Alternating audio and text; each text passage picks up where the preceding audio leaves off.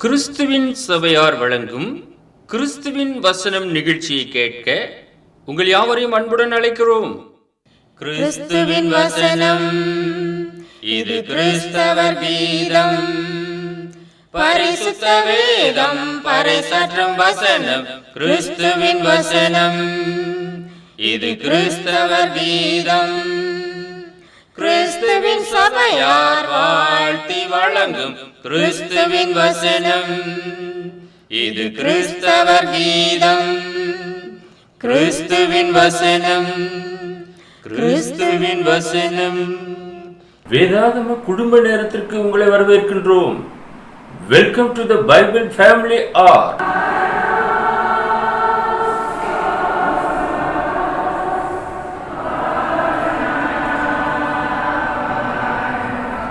நம்முடைய ஆண்டவரும் இரட்சகருமாகிய இயேசு கிறிஸ்து சொல்லியிருக்கிறார், வேத வாக்கியங்களை ஆராய்ந்து பாருங்கள், அவைகளால் உங்களுக்கு நித்திய ஜீவன் உண்டென்று எண்ணுகிறீர்களே, என்னை குறித்து சாட்சி கொடுக்கிறவைகளும் அவைகளே என்று. யோவான் எழுதின சுவிசேஷம் 5வது அதிகாரம் 39வது வசனம். எனவே நாமும் வேத வாக்கியங்களை ஆராய்ந்து கற்றுக்கொள்ளுவோம். அன்பானவர்களே, உங்கள் யாவரையும் நம்முடைய ஆண்டவராக இயேசு கிறிஸ்துவின் பரிசுத்தமான நாமத்தில் வாழ்த்து வரவேற்பதிலே மிகுந்த மகிழ்ச்சி அடைகிறோம். வேதாகம குடும்பங்கள், த பைபிள் ஃபேமிலிஸ் என்ற தலைப்பின் கீழாக நாம் தியானம் செய்து கொண்டு வருகிறோம். இன்றைக்கு ஸ்தேவானின் குடும்பத்தை குறித்து நாம் தியானம் செய்யும்படியாக இருக்கிறோம். The family of Stephen. புதிய ஏற்பாட்டு காலத்தில் முதல் நூற்றாண்டு சபையிலே ஒரு முக்கியமான நபர் இந்த ஸ்தேவான். அப்போஸ்தலர் நடபடிகள் 6வது அதிகாரம் 3வது வசனம், அவன் கிரேக்க பாஷை பேசினான், யூத ஜாதியான், நற்சாட்சி பெற்றவன். வசனத்திலே நாம் வாசிக்கிறோம், ஆதலால் சகோதரரே, பரிசுத்த ஆவியும் ஞானமும் நிறைந்து நற்சாட்சி பெற்றிருக்கிற 7 பேரை உங்களில் தெரிந்து கொள்ளுங்கள், அவர்களை இந்த வேலைக்காக ஏற்படுத்துவோம். பந்தி விசாரணை செய்வது எங்களுக்கு தகுதி அல்ல என்று சொல்லி சுவிசேஷ வேலைக்காக அங்கே நற்சாட்சி பெற்றிருக்கிறதான 7 பேரை நியமிக்கும்படியாக அன்றைய இருந்த சபையானது தீர்மானம் செய்தது. அந்த சபையிலே அந்த 7 பேரிலே ஒருவன் தான் ஸ்தேவான். அவன் நற்சாட்சி பெற்றவனாக இருந்தான். இன்றைக்கு நற்சாட்சி என்பது மிக மிக அவசியம். சபையிலும் மற்ற பொதுவான ஜனங்கள் மத்தியிலும் நாம் நற்சாட்சி பெற்றவர்களாக இருக்க வேண்டும். பரிசுத்த வேதாகமும் அதை எதிர்பார்க்கிறது. இவன் நற்சாட்சி பெற்றிருந்தபடினாலே கர்த்தருடைய உன்னதமான வேலைக்காக அவன் தெரிந்து கொள்ளப்பட்டான்.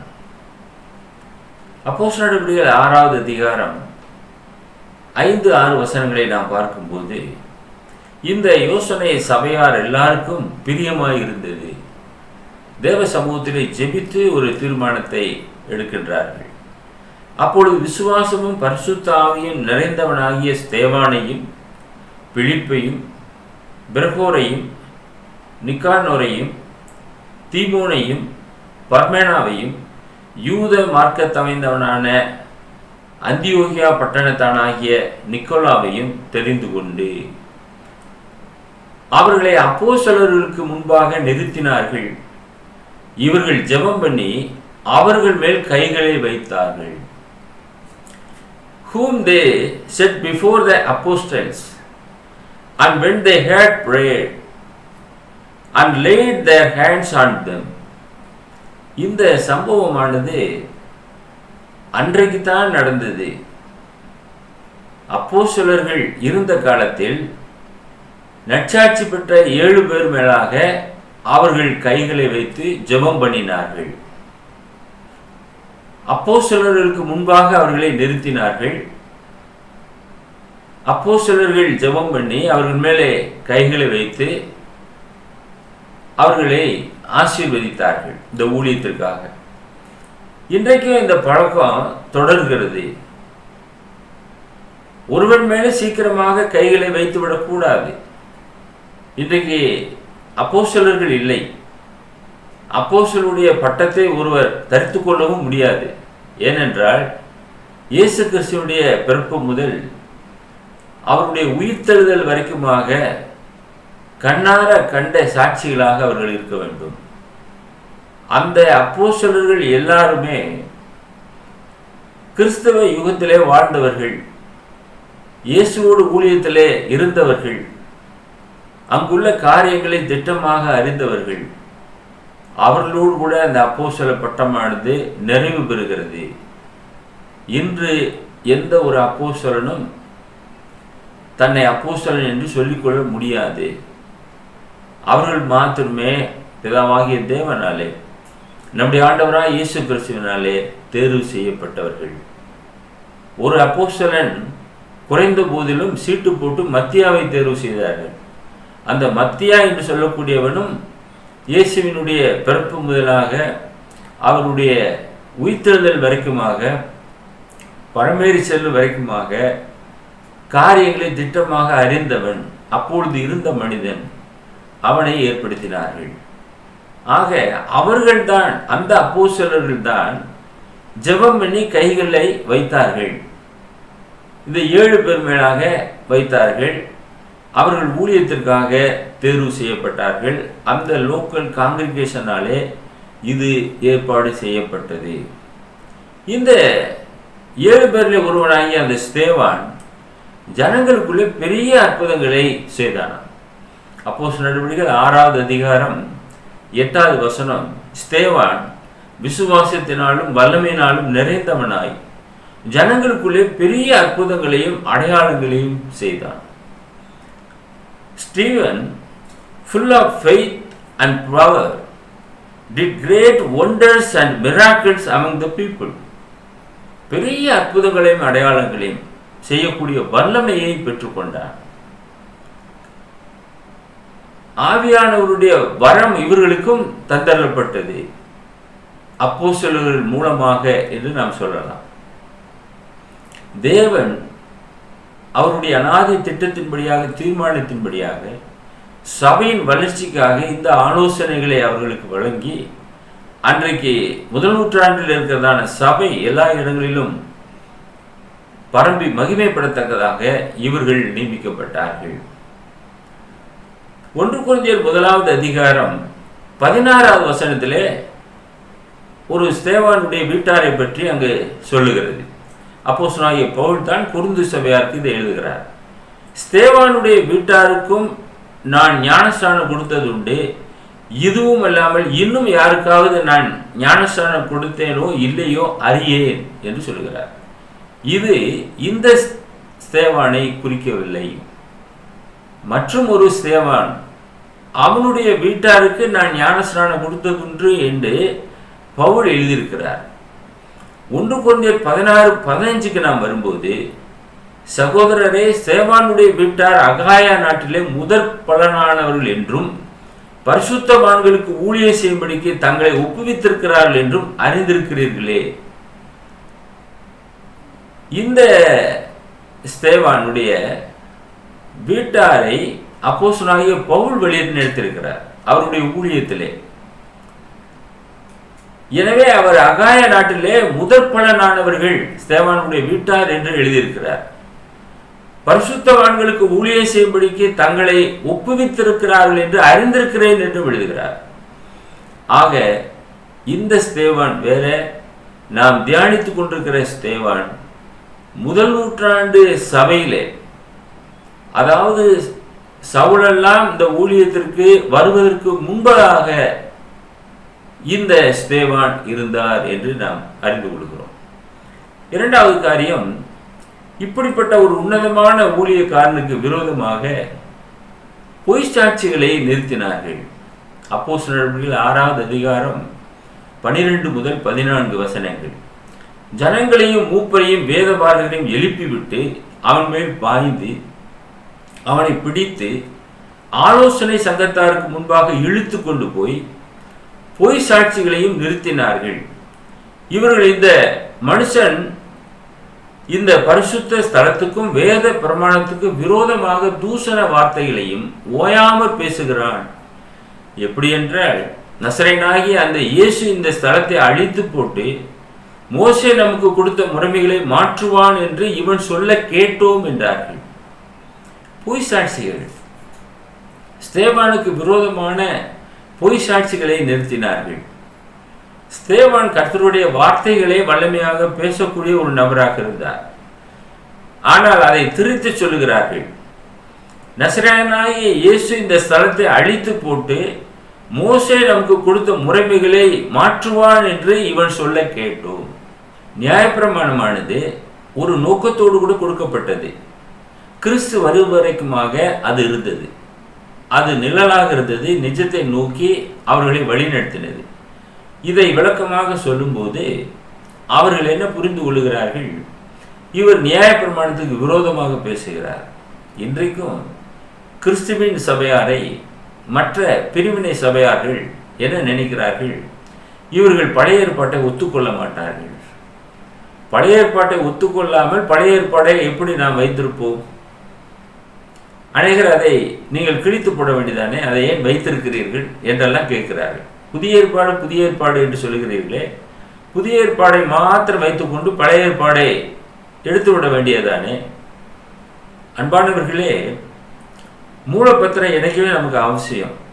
புதிதான ஒரு பத்திரத்தை நாம் டாக்குமெண்ட் செய்துவிட்டாலும் கூட அந்த மூலப்பத்திரமானது நமக்கு இருக்க வேண்டும். அது எப்படி வந்தது இந்த சொத்து, அதற்கு அது அவசியம் அல்லவா? ஆக வரலாறு அவசியம். ஆதாமிலிருந்து வேதாகமம் பேசுகிறது. அந்த வரலாறு நமக்கு வேண்டும். நியாயப்பிரமாணம் மோசேயின் மூலமாக கொடுக்கப்பட்டது. கிருபையும் சத்தியமும் இயேசு கிறிஸ்துவின் மூலமாக உண்டாயின. வசனமே சொல்லுகிறது. இதைத்தான் இந்த ஸ்தேவான் பிரசங்கம் செய்தார். ஆனால் அவர்களும் பொய் சாட்சிகளை நிறுத்தினார்கள். அவனுடைய வார்த்தைக்கு விரோதமாக பேச ஆரம்பித்தார்கள். வேத பிரமாணத்துக்கு விரோதமாக இவன் தூஷண வார்த்தைகளை ஓயாமல் பேசுகிறான் என்ற குற்றச்சாட்டுகளை அடுக்கினார்கள்.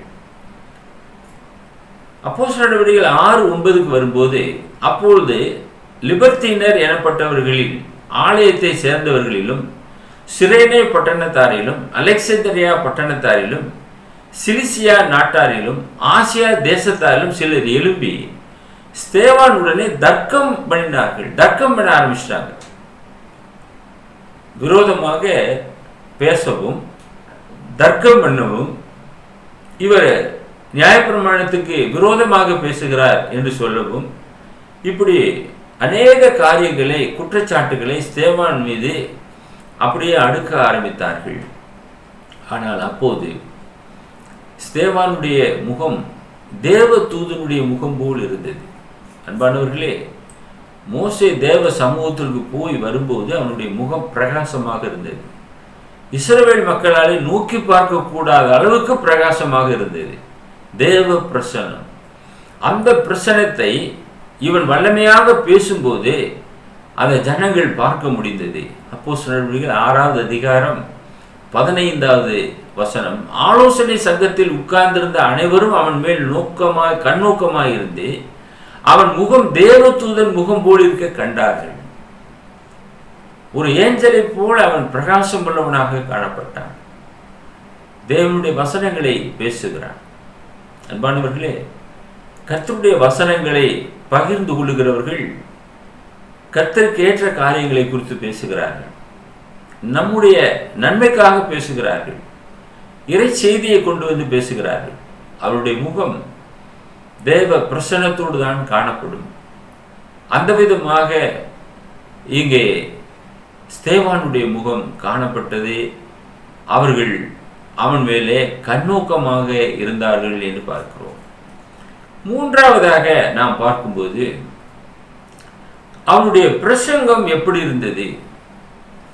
ஆபிரகாம் துவங்கி இயேசு கிறிஸ்துவினுடைய சிலுவை வரைக்குமாக அவர் பேசினார். அப்போஸ்தலர் நடவடிக்கைகள் 7வது அதிகாரம் முழுவதுமாக அதைத்தான் நாம் பார்க்கிறோம். குறிப்பாக அதில் 2-3 வசனங்கள். அதற்கு அவன், சகோதரரே பிதாக்களே கேளுங்கள். எவ்வளவு துவக்கம்! மிகவும் அழகான வார்த்தைகளாலே வர்ணனையாக பேசுகிறார் என்று பாருங்கள். ஸ்தேவான், சகோதரரே, பிதாக்களே, கேளுங்கள். எல்லாருமே தேவ ஜனங்கள் தான், இஸ்ரவேலர்கள், யூதர்கள். நம்முடைய பிதாவாகிய ஆபிரகாம் காரான் ஊரிலே குடியிருப்பதற்கு முன்னமே மெசொப்பொத்தேமியா நாட்டிலே இருக்கும்போது மகிமையின் தேவன் அவனுக்கு தரிசனமாகி, நீ உன் தேசத்தையும் உன் இனத்தையும் விட்டு புறப்பட்டு நான் உனக்கு காண்பிக்கும் தேசத்துக்கு வா என்றார். ஒருவன் போதித்தால் வேத வாக்கியங்களின்படி போதிக்க கடவன் என்ற வேத வசனத்திற்கு ஏற்றாற் போல இவர் பேச ஆரம்பித்தார். அவர் தன்னுடைய சொந்த கதைகளை பற்றி இங்கே பேசவில்லை. இன்றைக்கு அநேகர் தங்களுடைய சொந்த கதைகளையும் கட்டுக்கதைகளையும் அள்ளி இறைக்கின்றார்கள். இவன் வசனத்தை பேசுகிறான். உற்று கவனித்து பாருங்கள். நம்முடைய பிதாவாகிய ஆபிரகாம் துவங்கி அவர் பேச ஆரம்பிக்கிறார். அவர் எங்கே குடியிருந்தார் என்ற காரியத்திற்கு துவங்கி அவரை தேவன் எப்படி அழைத்தார் என்று பேச ஆரம்பிக்கிறார். அந்த விதமான ஒரு உன்னதமான ஒரு செய்தியை அவர்களோடு கூட பகிர்ந்து கொண்டார் இந்த ஸ்தேவான். ஆனால் அதற்கு கிடைத்த பரிசு என்ன? எல்லாரும் கைது தட்டி அந்த செய்தியை வரவேற்றார்களா? அவர்கள் தேவனுடைய ஜனங்கள், கேட்டுக்கொண்டிருந்தவர்கள். இந்த ஸ்தேவான் பழைய ஏற்பாட்டினுடைய அந்த செய்தி மிக அற்புதமான செய்தி. அந்த அதிகாரம் முழுவதுமாக அற்புதமான ஒரு செய்தி. ஏற்கனவே நம்முடைய முற்பிதாக்கள் எப்படி வாழ்ந்தார்கள் என்ற ஒரு செய்தி, அதைத்தான் அவர் பேசிக் கொண்டிருக்கிறார். ஆனால் அவர்களும் என்ன செய்தார்களாம்? அப்போஸ்தலர் நடவடிக்கைகள் 7வது அதிகாரம் 57, 58 வசனங்கள். அப்போது அவர்கள் உரத்த சத்தமாய் கூக்குரலிட்டு தங்கள் காதுகளை அடைத்து கொண்டு ஒருமனப்பட்டு அவன் மேல் பாய்ந்து அவனை நகரத்திற்கு புறம்பே தள்ளி அவனை கல்லெறிந்தார்கள். சாட்சிக்காரர் தங்கள் வஸ்திரங்களை கலற்றி சவுல் எனப்பட்ட ஒரு வாலிபனுடைய பாதத்தருகே வைத்தார்கள். இங்கதான் சவுலை பற்றி நாம் படிக்கிறோம். அதுக்கப்புறம் தான் அவர் அனனியா மூலமாக ஞானஸ்நானம் பெற்று ஊழியம் செய்தார். அப்பொழுது இந்த ஸ்தேவான் வலிமையாக பிரசங்கம் செய்து கொண்டிருக்கிறார். அந்த சாட்சிக்காரருடைய வஸ்திரங்களை கலற்றி சவுல் எனப்பட்ட அவனுடைய பாதத்தருகே வைத்திருக்கிறார்கள். அவன் அதை பாதுகாத்து கொண்டிருக்கிறான். இப்படிப்பட்ட ஒரு சூழல்ல தான் அவனை கல்லாலே அடிக்கிறார்கள். சிறைவேலர்கள் ஒருவன் குற்றம் செய்து விட்டால் கல்லால் அடித்து அவனை கொலை செய்வதுதான் அவங்களுடைய வழக்கம். இப்படித்தான் கல்லால் அடித்தார்கள். இல்லை என்றால் ஒன்று குறைய 40 அடியாக அடிப்பார்கள். இதுவும் அவர்களுடைய வழக்கமாக இருந்தது. ஒரு குற்றவாளிக்கு கொடுக்கக்கூடிய தண்டனையாக இருந்தது. இப்ப ஸ்தேவானுக்கு என்ன தண்டனை கொடுக்கிறார்கள்? அவன் மேல் பாய்ந்தார்கள், அவனை நகரத்துக்கு புறம்பே தள்ளினார்கள், அவனை கல்லால் அடித்தார்கள். எல்லாரும் ஏகோபித்து கல்லை கொண்டு எரியும் போது ஒரு மனிதன் மேலே அங்க கல்லுக்கு பஞ்சமே இல்லை. நீங்க ஜெருசலேம் போனீங்கன்னா அங்க போய் பாருங்க, எல்லாமே கரடுகளாக தான் இருக்கும். அங்க எங்க பார்த்தாலும் மிதிக்கிற இடம்லாம் கல்லாக தான் இருக்கும். அந்த கற்களாலே எரிய ஆரம்பித்தார்கள். அன்பான சகோதரனே, சகோதரியே, உன்னதமான தேவனுடைய தாசன், அப்போஸ்தலர்களாலே தேர்வு செய்யப்பட்டவன், ஆசீர்வாதத்தை பெற்றவன், முதல் நூற்றாண்டு சபைக்காக அவர்களாலே ஏற்படுத்தப்பட்டவன். ஆனால் மிக குறுகிய நாட்களிலே அவனை கல்லால் அடித்து கொன்று போட்டார்கள். அப்போஸ்தலர் நடவடிக்கைகள் 7:55க்கு வரும்போது அவன் பரிசுத்த ஆவியினாலே நிறைந்தவனாய் வானத்தை அண்ணாந்து பார்த்து தேவனுடைய மகிமையும் தேவனுடைய வலது வாசத்தில் இயேசுவானவர் நிற்கிறதையும் கண்டு என்று நான் பார்க்கிறோம். Stephen saw the glory of God and Jesus standing on the right hand of God. அவர் தேவனுடைய சமூகத்திலே நிற்கிறதை காண்கிறேன் என்று சொல்கிறார். அவர் எழுந்து நிற்கிறார். இந்த காரியத்தை பார்ப்பதற்காக அவர் எழுந்து நிற்கிறார். அந்த அளவுக்கு ஒரு சம்பவமானது அங்கே நடைபெற்றுக் கொண்டிருந்தது. அதைத்தான் நாம் பரிசுத்த வேதாகமத்திலே பார்க்கிறோம். 4வதாக அவனுடைய குடும்பத்தை குறித்து நம்மால் படிக்க முடியவில்லை. ஆனால் கிறிஸ்துவின் சபையில் முதல் குடும்பத்தில் அவன் இரத்த சாட்சியாக மரித்தான் என்று அறிந்து கொள்கிறோம். அப்போஸ்தலர் நடவடிக்கைகள் 7வது அதிகாரம் 60வது வசனம், அவனோ முழங்காற்படியிட்டு, ஆண்டவரே, இவர்கள் மேல் இந்த பாவத்தை சுமத்தாதிரும் என்று மிகுந்த சத்தமிட்டு சொன்னான். Lord, lay not this sin to the church. ஆண்டவராய் இயேசு கிறிஸ்துவை போல ஜெபம் பண்ணான். இப்படி சொல்லி நித்திரை அடைந்தான் என்று நாம் வேதத்திலே வாசிக்கிறோம். பவுல் சவுலாக இருந்த காலத்திலே அவனுடைய வஸ்திரத்தை காத்து கொண்டிருந்தான். அப்போஸ்தலர் நடவடிக்கைகள் 22:20 நாம் பார்க்கிறோம். உம்முடைய சாட்சியாகிய சேவானுடைய ரத்தம் சிந்தப்படுகிற போது நானும் அருகே நின்று அவனை கொலை செய்வதற்கு சம்மதித்து அவனை கொலை செய்தவர்களின் வஸ்திரங்களை காத்து கொண்டிருந்ததையும் இவர்கள் அறிந்திருக்கிறார்களே என்றேன் என்று அவன் சொல்லுகிறான். ஆக இந்த ஸ்தேவான் முதல் நூற்றாண்டிலே நாம் வாசிக்கிறோம். முதலாவது கர்த்தருடைய சபையிலே வல்லமையாக ஊழியம் செய்யக்கூடிய ஒரு ஊழியக்காரனாக இருந்தான். இரத்த சாட்சியாக மரித்தான் என்று பரிசுத்த வேதாகமம் நமக்கு சொல்லுகிறது. அன்பான சகோதரர்களே, இப்படிப்பட்டதான ஒரு சாட்சி நமக்கு இங்கே பரிசுத்த வேதாகமத்திலே இருக்கிறதை நாம் காண முடிகிறது. அநேக ஊழியக்காரர்கள் இருமினார்கள். தேவன் ஒவ்வொருவரையும் வல்லமையாக பயன்படுத்தினார். சபையின் வளர்ச்சிக்காக அவர்கள் பாடுபட்டார்கள். இவனுடைய குடும்பத்தை குறித்து ஒருவேளை நம்மால் படிக்க முடியாமல் இருக்கலாம்.